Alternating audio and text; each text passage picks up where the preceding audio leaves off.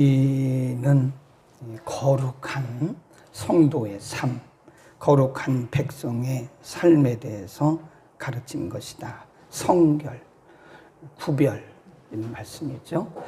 오늘날로 말하면 경건이죠. 경건. 거룩과 경건에 대해서 가르치는 말씀이다. 하나님의 백성들에게 있어서 거룩은 생명과도 같습니다. 그래서 하나님께서 거룩하지 못할 때는 항상 즉석에서 죽이시거나 그 땅을 멸하는 경우가 많아요.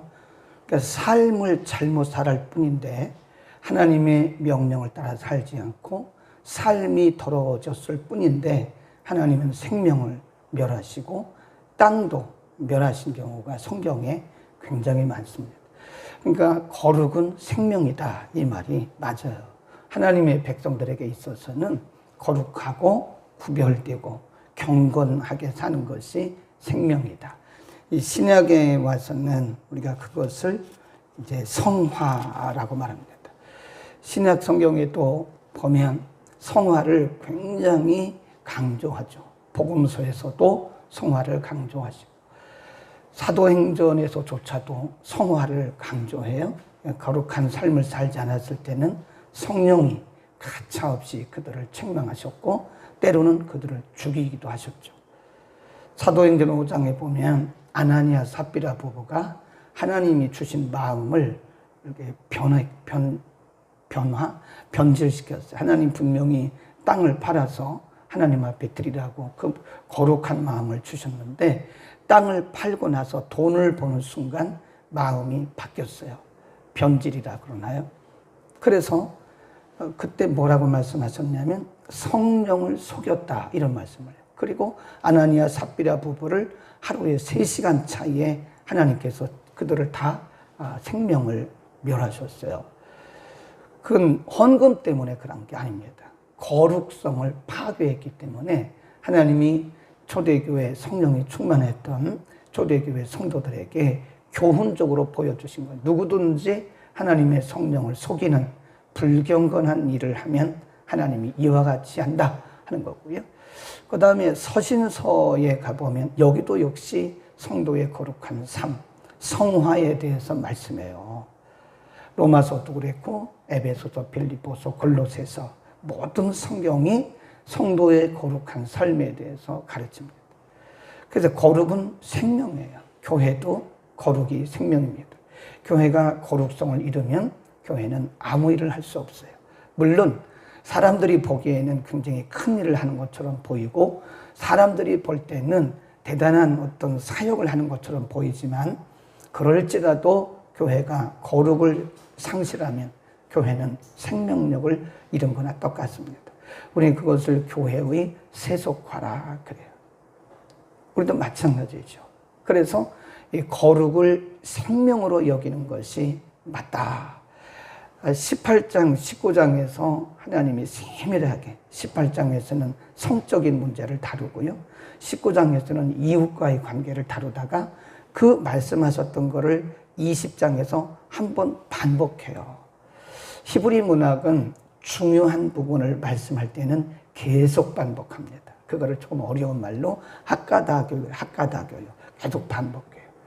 그리고 20장에 오면 18장, 19장에서 말씀했던 것을 20장에 반복하시고 21장, 22장에서는 중요한 부분인데 제사장에 대한 말씀이죠. 오늘 본문에 보면 제사장에 대해서 이렇게 말씀합니다.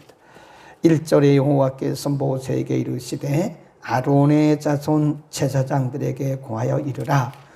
백성 중에 죽은 자로 인하여 스스로 더럽히지 말라.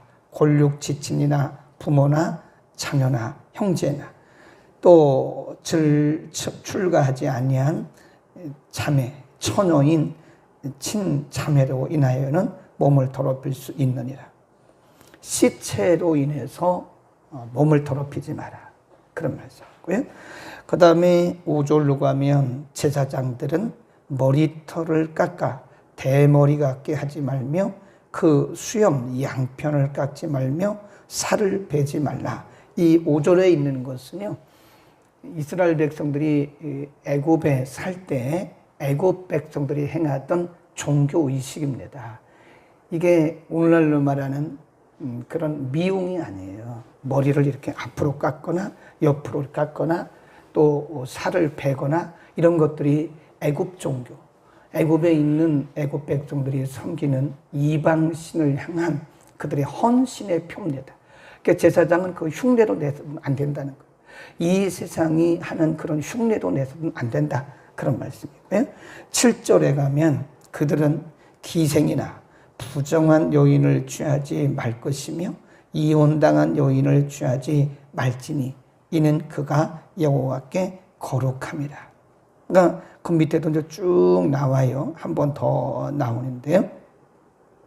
14절에 보면 과부나 이혼된 여인이나 더러운 여인이나 기생을 취하지 말고 자기 백성 중 처녀를 취하여 아내를 삼으라 그랬어요.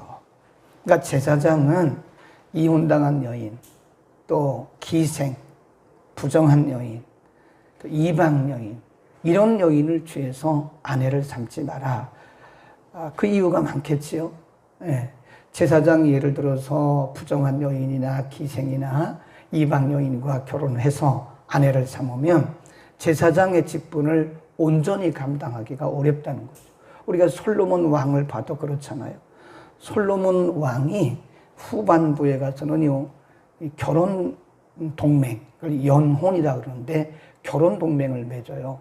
그 주변에 있는 나라의 여인들을 다 데려다가 결혼 동맹을 맺어가지고 나중에 솔로몬이 그 여인들이 섬기는 이방신 섬기다가 믿음 다 떠났어요.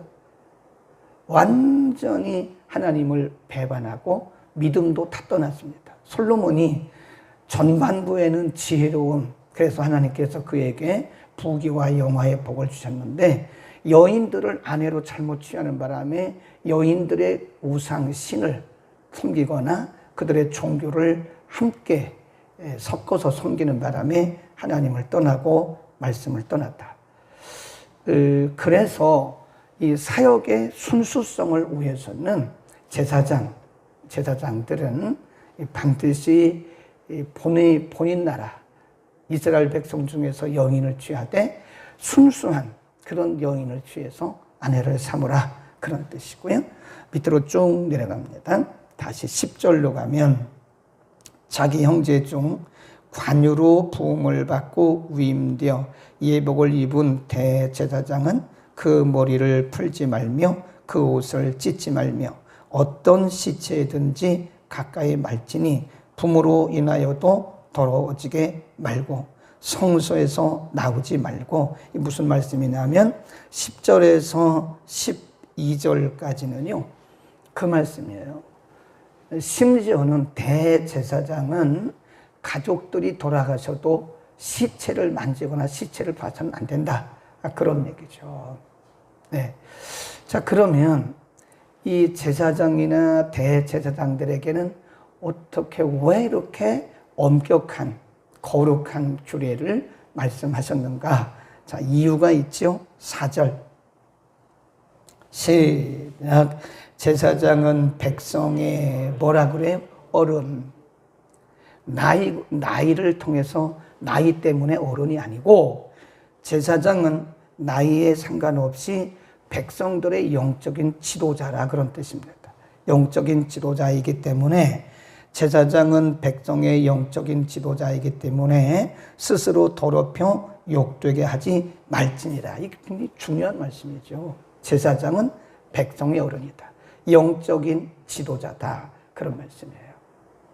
그러니까 영적인 지도자, 이 백성들을 영적으로 잘 인도할 백성의 지도자가 철저하고 그리고 정확한 어떤 규칙이나 규례를 따라서 살아야 된다, 그런 말씀이죠. 어른이에요, 어른. 오늘날로 말하면 영적인 지도자들을 말하는 겁니다. 목회자뿐만 아니라 영적인 지도자들을 백성의 어른이다. 우리가 베드로전서 2장 9절에 가보면 성도의 정체성을 말씀하면서 너희는 택하신 족속이요, 그 뒤에 보면 거룩한 제사장들이란 말 써요. 거룩한 제사장들. 택하신 족속이요 거룩한 제사장들. 누구죠? 평신도.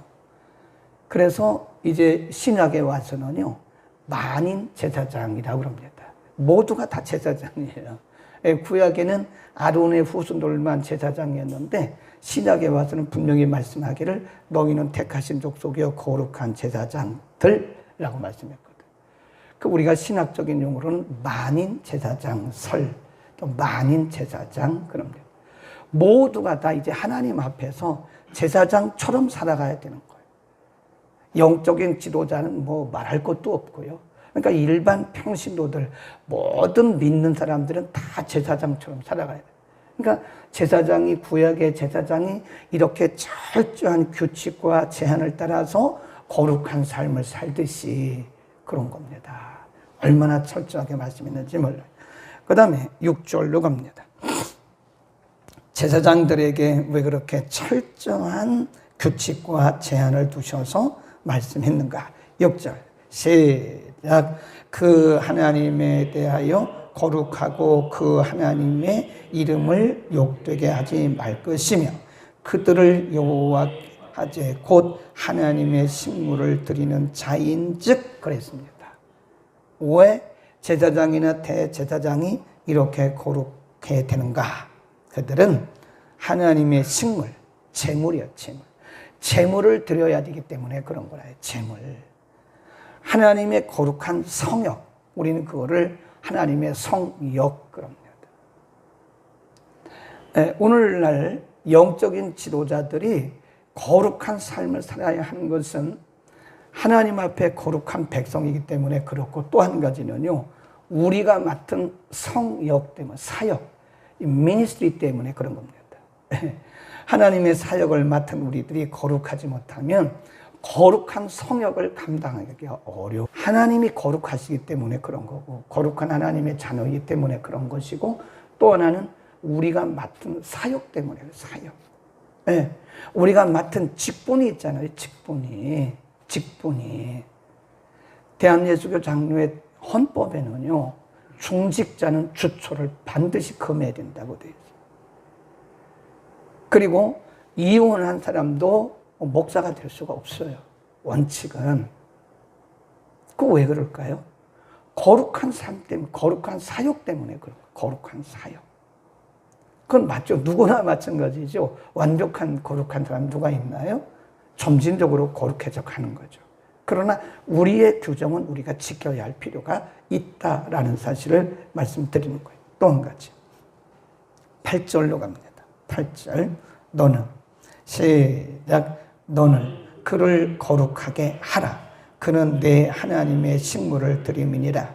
너는 그를 거룩히 여기라.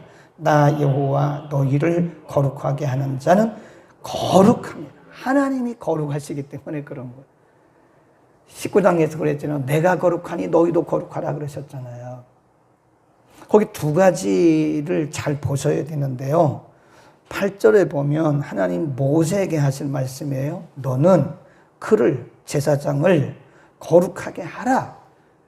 이 말은 능동적으로 내가 제사장을 세웠으면 그 제사장을 능동적으로 거룩하게 하도록 그렇게 훈련을 하든지 교훈을 하든지 권면을 하든지 어쨌든 그를 거룩하게 하라. 그런 말씀이고요.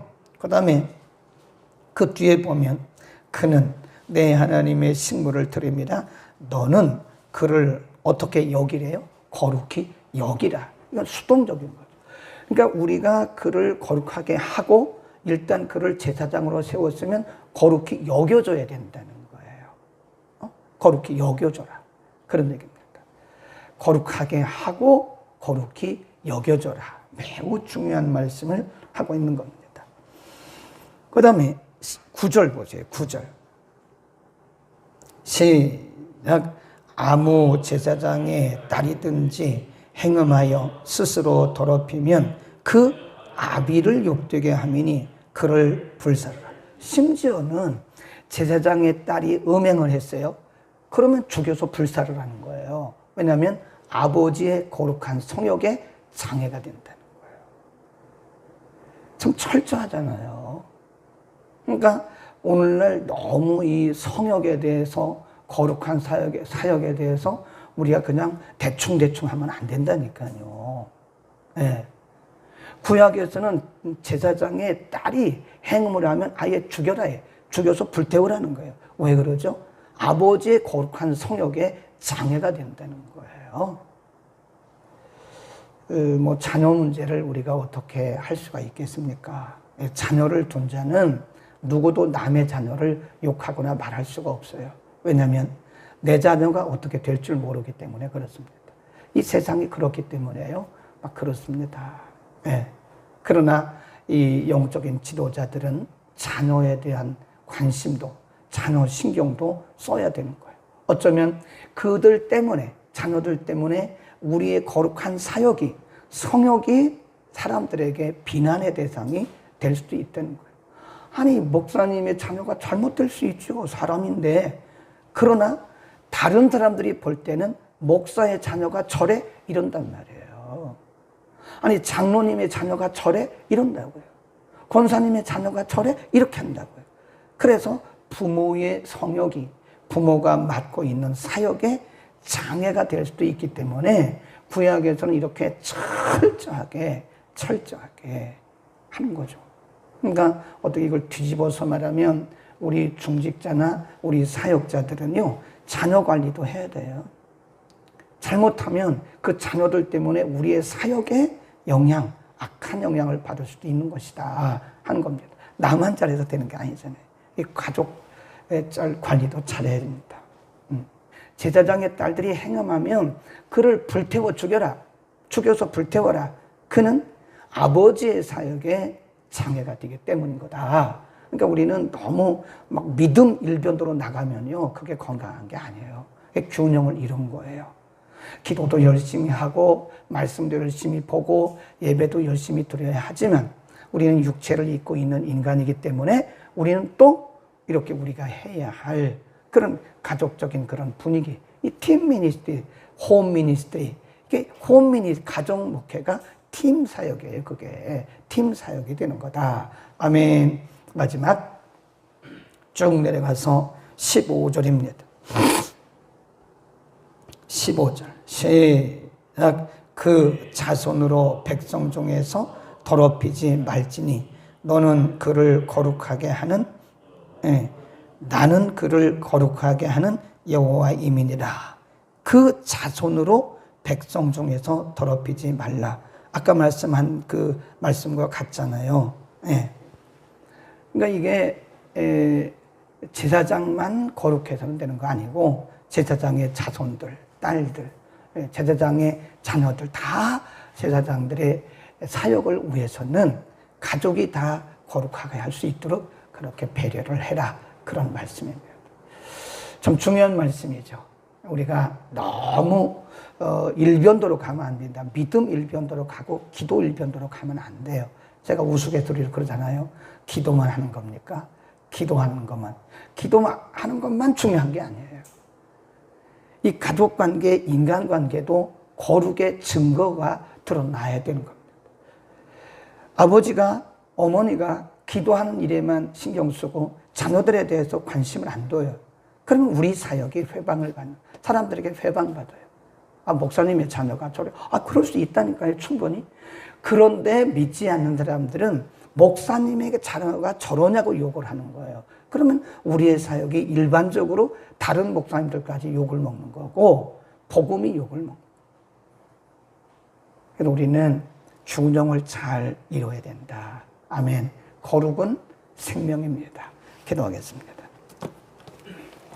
은혜를 베푸시는 거룩하신 아버지, 오늘 거룩한 삶, 특별히 제사장, 대제사장들의 거룩한 삶, 구별된 삶, 경건한 삶에 대해서 가르쳐 주셨습니다.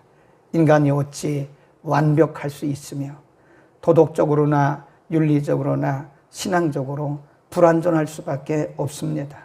이미 그래서 그리스도 안에서, 말씀 안에서 우리를 청결케 하셨고 말씀 안에서, 그리스도 안에서 살아가도록 은혜를 주신 주님, 우리가 살아가는 세상이 불경건하고 무질서하고 무법한 세상입니다.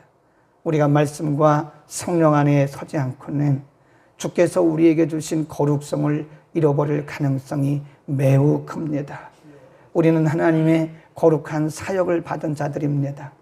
우리의 거룩하지 못한 삶, 우리의 경건하지 못한 삶, 우리 자녀들이나 우리 가족들의 경건하지 못한 삶 때문에 우리가 맡은 사역이 장애를 받거나 회방을 받지 않도록 하나님 우리에게 늘 깨어있는 은혜를 더하여 주옵소서. 우리가 열심을 다하되 언제나 균형을 이룰 수 있도록 우리에게 균형 잡힌 은혜와 믿음을 더하여 주옵소서. 오늘 하나님을 예배하는 거룩한 주일입니다.